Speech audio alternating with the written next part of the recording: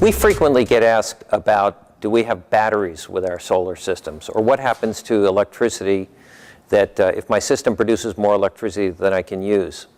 The answer is that any excess electricity, for example, in a home when everybody's out at work or school and there's nobody in the house during the day, your solar system is working very hard, producing lots of power on sunny days.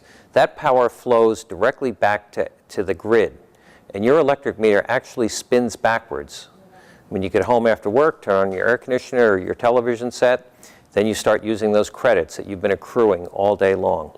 Similarly with a business, which is maybe closed on Saturday and Sunday, that all of the power that the system on top of the office building or the warehouse is producing is flowing directly back to the grid. On Monday morning, when you show up for work, you start drawing down some of those credits that you have.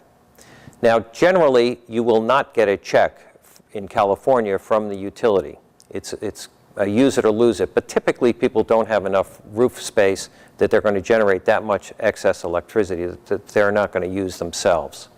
If you have credits, the credits do roll over to the subsequent month. So in effect, you have rollover credits. However, on December 31st, at the end of the year, if you have any credits, they evaporate.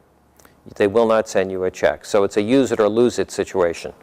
Now, that could change if we get a feed-in tariff, FIT, which is what they have in Germany and Spain and other countries, where the electric utility actually sends checks to their customers for excess production at quite a high rate.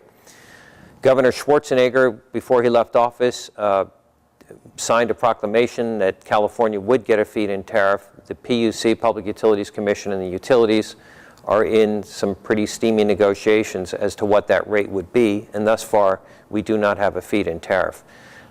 My opinion is that we eventually will have one. Most of the advanced countries in the world do have them, and at that point consumers or businesses who do have excess credits would get a check for their excess production.